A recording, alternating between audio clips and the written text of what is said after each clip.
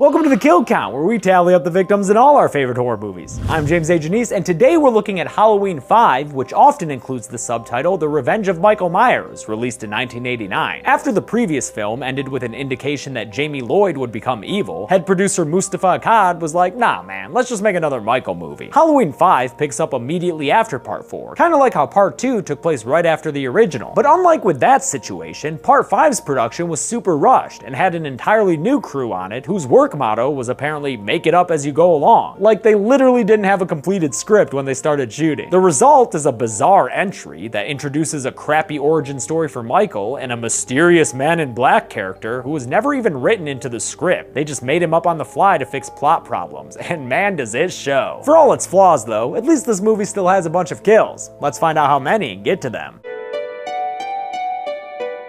The movie begins right where the last one left off, with the end of that riveting truck sequence, and then Mr. Myers getting lit up by a bunch of guns until he falls down into a mine shaft. We pick up with new footage that follows his escape underground, where he crawls away just in time to avoid the stick of dynamite they toss down there. Then Michael gets into a river, and this is honestly the moment I lose any and all respect I ever had for the guy. How am I supposed to take this asshole seriously when he's floating down a lazy river with his mask on? This scene is just begging for a Benny Hill backing.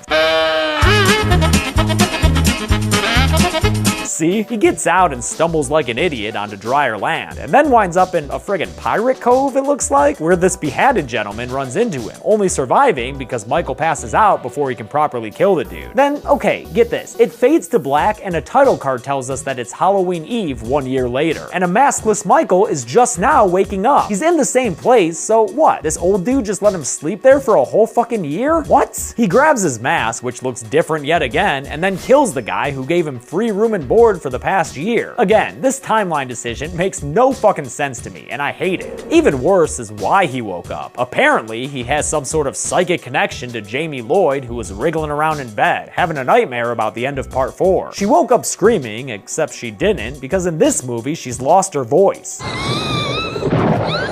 Great, just what I wanted to watch in Halloween 5, a silent kid actor. But yeah, it was her fidgeting that somehow linked to Michael and woke him up so he could show off the shitty new wrist tattoo that'll lead to the worst storyline in Halloween history, Stonehenge magic included. Jamie is taken to an operating room where crazy Sam Loomis is waiting to croak into the camera. She will stabilize. She's dying. No. She has something to tell us. He's watching over her at the Haddonfield Children's Clinic, where Rachel is currently visiting, because she's still around, which is great. Less great is Rachel's friend Tina, who's a total nothing character. And the introduction of yet another dog, Max, who, you know what's gonna happen to that dog, yo. Loomis is watching over Jamie because the neighborhood hates her guts for having devil's blood in her, or whatever. And also, because someone has to tend to that pumpkin man's Raggedy Ann hair. Rachel goes back home, where Michael watches from the bushes, and she takes over the pantsless role left vacant by Kelly Bookdubeyer's death as she feeds her dog to some super fucking 80s music. I hate that the previous film's savvy final girl became a bubbly airhead in this one, and actor Ellie Cornell was also not very fond of the change. Rachel's in the middle of a shower when Jamie freaks out and draws a psychic picture of Max, signing that the dog's in danger. Loomis calls up Rachel and tells her to go on and get out of the house. Good thing she drops the phone and listens to him despite her lack of clothing, because they're a shape in that house. The cops are called to check everything out, and we're introduced to two bumbling officers like this. All clear. Nothing above, nothing below. Yep, you heard right. There are actually fucking clown sound effects playing when these doofuses are on screen. When did this become vaudeville? Rescue cats. Fine dogs. That's a job. And we love it. The Terenzi brothers, they are not. Ugh. In any case, Jamie's dog vision ended up being a false alarm, but that doesn't stop Loomis from yelling in this kid's face, asking her to help him find Michael. You sense something, don't you? Tell me what you know. Right. Jamie, please! Instead of traumatizing Jamie more, maybe Loomis should be back at the Carruthers house with Rachel, since Michael is still there and ends Rachel's pantsless adventures by jumping out and stabbing her with some scissors. And just like that, this movie senselessly kills a character who we already had a connection to for no good goddamn reason. It's kinda like Kincaid and Joey in Nightmare 4. It sucks, yo. At least there's another returning character that we already know, though. Sheriff Meeker, who's still putting up with burnt-up Looney Loomis and his real insensitive ways. Have you forgotten your own daughter? I don't. No, of course you don't forget. Tina goes to Rachel's house, where Max is somehow thankfully still alive, and lets herself in. When she can't find Rachel anywhere, she just assumes that she left town with her parents. So that means the house is hers for her to roll around with stuffed animals in. Downstairs, she runs into Sammy, another friend who also just let herself in, and the two of them leave, not knowing that another squatter has already claimed rights to the Carruthers house. And he can teleport, kinda. Nah, he's there in the background. The girls frolic around together for a bit before they get picked up by Tina's douchebag boyfriend, whose name is, get this, Michael. Why would this movie have a meatbag victim with the same name as the killer? You'll find out later, don't worry. Loomis shows up to Jamie's room so he can yell at her like a madman some more. You know where he is? Good lord, remember when the craziest thing Loomis did was cuss out neighborhood kids? Oh yeah, maybe we actually should have seen this kind of thing coming. He cryptically asks Jamie if she knows why Michael has some kind of power over her, since apparently Michael made her stab her foster mom. And although Jamie doesn't seem to know, the movie begins to unveil the reason with this man dressed in black who gets off a bus and kicks a small dog, so you know he's related to Michael somehow. Loomis takes one of his many firearms and heads to what's supposed to be the Myers house, even though I know the frickin' Myers house, and that is #not my Myers house. This is my Myers house. The OG, son! Loomis walks around the empty house, not hearing the very loud shoes of that man in black following him, who's also got a stupid-ass wrist tattoo on him, just like Mike. Speaking of Mike, right now he's standing by a bush in the middle of the goddamn day, watching Muscle Car Mikey wax on, wax off, and back his bird into a garage to pick up some beer. After Mike gets the goods, Michael Myers walks up and scrapes his precious car with a little garden rake, so Mike gets out to defend his lady's honor and fight this white-faced fool. Of course, real Michael ain't about to put up with that nonsense, so he just grabs Mike by the throat and gets him to his knees so he can stick that garden rake straight into his head. Not a bad kill at all, part 5, so at least you can give us that, you piece of shit. That night, Michael Myers frickin' drives that Camaro to Rachel's house and honks the horn to pick up Tina. And this is when we see why that shitty character had the same name as Michael. Michael, open the door. It's to be funny, I guess, as Tina mistakes Michael Myers for her douchebag boyfriend Michael. Michael, don't I even get a kiss? See, it's hilarious. Especially when she gives him a smooch, or when he skids the car to a stop for her to get cigarettes. Psycho boyfriend. Haha, get it? Cause he is? Tina, you don't even know how funny you are. Meanwhile, the children's clinic is having a goblin costume pageant that Jamie's about to be in, even though that don't look like no goblin costume to me. She's joined by her little kid crush, a stuttering character named Bill. These are for you. Weird how the stutterers are always named Bill. They still always seem to get the girl though, so whatevs. But Jamie ruins the whole goddamn contest when she collapses to the ground in a psychic fit because she senses that Tina is in danger. Tina, where is she, Jamie? Jamie sees in a vision where exactly Tina is, and we get this ridiculous scene where the mute kid and the stuttering kid try to childbirth a sentence together. Cookie woman. Cookie woman. Oh my god, all that for Cookie Woman? What is this movie? It works though, I guess, since everybody knows the Cookie Woman, and Tina gets picked up by the cops. She's brought to the clinic where she has a tearful reunion with Jamie, who finally speaks to say her name. Tina. Aw, yeah, so sweet, Jamie. You're finally reunited with your, foster sister's friend? Wait, why should we care about this relationship? Tina's nothing. Jamie pleads for Tina to stay with her, but Tina's like, nah, dude, I'm trying to get some tonight, and leaves. On her way out, she runs into Loomis, and they have a veritable crazy-off. Be sensible.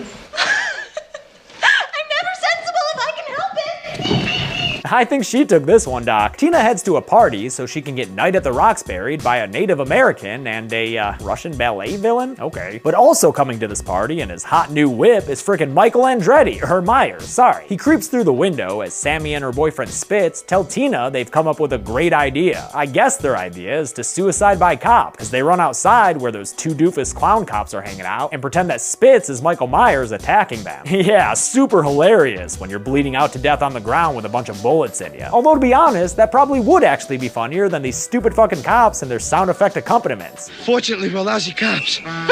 Sorry. You should be. Sammy finds a kitten, because fuck it, and now we've got a bunch of drunk teens in a barn with a whole litter of kittens. Tina chases after one like she's Arya Stark in training, but Spitz is interested in another kind of pussy, so he and Sammy get down to barnyard business. They kiss each other very loudly and are rushing headfirst into UTI territory when Michael appears with a pitchfork to teach them about abstinence. He sticks it straight through Spitz's back, so the dude ends up spitzing out blood, but he dies by himself, because this isn't a twofer like you might have expected it to be. Instead, Michael has an individual death lined up for Sammy with a scythe. At least she gets to fight back a bit after she grabs the pitchfork from her dead boyfriend's body and comes at Michael with it. But it's to no avail. Michael tosses her aside and kills her with a scythe slash and a just off-screen splash of blood. When this crazy party full of dancing lobsters and pensive grandmas finally clears out, Tina goes to the barn to get Sammy and Spitz. In true horror movie fashion, she finds their corpses, so she runs outside and calls for help. But you ain't about to get any help from these dead fucking cops, Tina, because it looks like Dumb and Dumber were stabbed with a pitchfork. I wonder if they sounded like a deflating balloon when Michael stuck them. Meanwhile, Jamie and Billy have snuck out of the children's clinic because Jamie's worried about Tina, that super important sister's friend of hers. They run up to Tina right as Michael targets her with the headlights of his car, and then he just starts driving that thing around with all those race car skills he learned growing up in an insane asylum. At one point, he drives at Billy and almost hits the poor kid before moving on to his primary target, his niece Jamie. He chases after her through the fog and this tree grove that kind of slows him down a bit, and then into a proper forest. Holy crap, I can't believe we're sitting here watching Drag Race Michael Myers for this long, dude. Seriously, since when is his weapon of choice a freaking hot rod? Mikey probably should have stuck with a knife, because he ends up ramming his car straight into a tree and causing a big ol' explosion that gives Tina and Jamie a brief false sense of security. But Michael's up and about in no time, walking slowly towards Jamie in his awful mask and getting ready to stab her until Tina interjects and sacrifices herself to save Jamie. Michael stabs her right in the chest, killing our replacement final girl with a full 30 minutes left to this movie. Oh well, it's a good thing nobody liked Tina anyway. Jamie and Billy are found by Dr. Loomis and a whole bunch of the Haddonfield PD. After they're whisked away to safety by all the emergency vehicles, Loomis stays behind so he can talk to Michael, who's still walking around in that misty forest. Loomis tells Michael to go home, or at least the building standing in for his home, so he can return to where it all began and, I don't know, stop the evil inside him or some shit. It's a whole bunch of idiot talk, but here we have all the cops going along with the plan and planting Jamie inside the abandoned old house as bait for her uncle. But then the cops get a call from the children's clinic and all of them rush off to tend to that. Because if this movie wants to get Loomis and Jamie alone in the Myers house, it's not gonna bother coming up with a decent way to make it happen. Once it's down to Jamie, Loomis, and a single cop, Deputy Charlie, Michael starts making his way to the house, first stopping to kill this other police officer named Eddie in his car by just,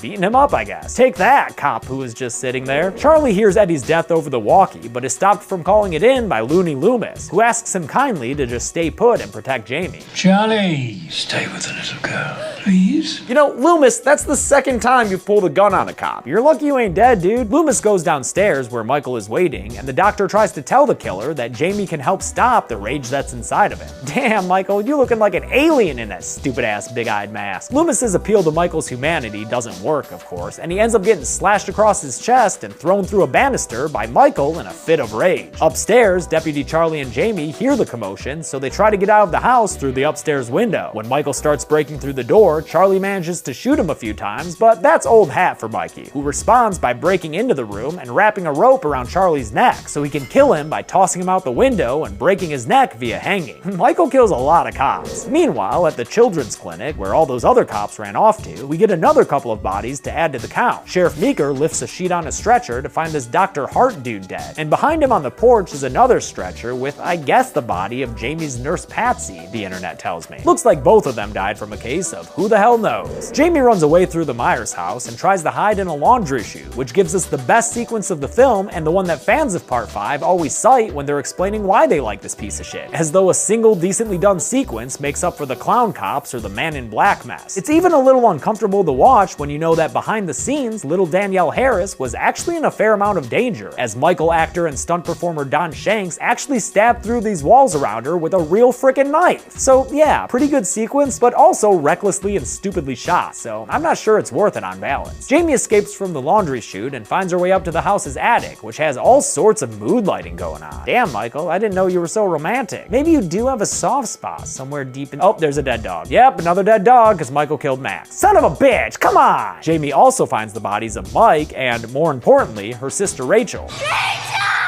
Yeah, remember her? Rachel? She's the one without pants, you know her. Jamie backs up and gets inside the decorative coffin up there right as Michael ascends and finds her. He gets ready to stab her, but she stops him with two simple words. Uncle?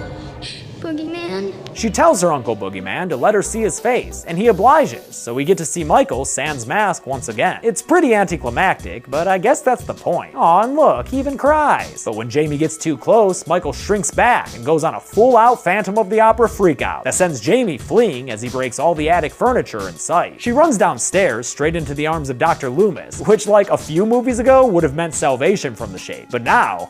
You want her! Here she is, little girl! Come and get her! Yeah, not anymore. Loomis uses his human bait to lure Michael through the house, being pretty damn creepy while he does it. Catch the little girl. Not a game you usually want to play, but I guess in this case it works, because Loomis drops a heavy-looking metal net onto Michael and then starts tranking him up like he's a buck T-Rex. That's still not good enough for Loomis, though, who then proceeds to beat Michael with a 2x4 while yelling at him to die, die, die in a real Tommy Jarvis kind of way. He gets just a tad too excited, though, and ends up having a massive stroke that causes him to pass out on top of Michael like they just got done with a healthy session of lovemaking. Once again, this was originally supposed to be the death of Loomis, and once again, it was retconned later so it wasn't. Some police cars then arrive on the scene, and that's how Michael Myers wound up in a jail cell with a bunch of police looking over him. God, I hate the shot of him sitting in jail, messing with his chains. What is he, bored? It's so stupid. And this movie's got one more shit trick up its shit sleeve, because here comes the jingle-jangling man in black, strolling up to the police station. From outside, Jamie hears an explosion and gunshots, because Halloween 5 is trying to give us a shock ending like Halloween 4 did, only, you know, bad. Jamie walks inside to see the carnage that the man in black hath wrought, which comes out to 7-0 cop characters and also Sheriff Meeker, who's there on the floor somewhere. I can't really discern which one of those corpses is him, but apparently he's among the dead. At least Bo Starr got to escape the franchise before Curse. The movie ends with Jamie seeing that her uncle has been broken out of jail and her crying, "No, no." Hey, what a coincidence! That's exactly what I'll say if anyone ever asks if I want to watch this movie again. Let's get to the numbers. 20 people died in Halloween 5, which is a lot, but keep in mind, a bunch of them were just nameless cops. The victims included 16 men and just 4 women, assuming that one corpse was that nurse, and that gives us a 4-to-1 gender ratio favoring dudes. With a runtime of 97 minutes, we wound up with a kill on average every 4.85 minutes. I'll give the golden chainsaw for coolest kill to Mike. It's short and simple, but the actor sells it with this little twitching on the ground. Plus, it was nice to see that character go so early. That dude sucked. Dull machete for lamest kill will go to Dr. Hart and Nurse Patsy, since their deaths don't make a lot of sense to me, and we never hear what exactly happened to them. And that's it. Halloween 5, The Revenge of Michael Myers, came out in 1989 and is the lowest grossing film of the series, which makes sense because it's a pile of garbage. Speaking of piles of garbage, next week is The Curse of Michael Myers, but until then, I'm James A. Janice. This has been The Kill Count. Thanks a lot for watching this week's Kill Count. I want to thank a couple of patrons like Matt Jones, James Ackland, Megan Bade, and Drew Nishke. We're now halfway done with the Halloween franchise. How are you feeling? Do you hate Halloween 5 as much as I do? Probably not. Do you think it's too early to start celebrating Halloween? Do you think you have to wait till October? Next week is most people's least favorite of the series, The Curse of Michael Myers. Can't wait. Thanks everyone, be good people.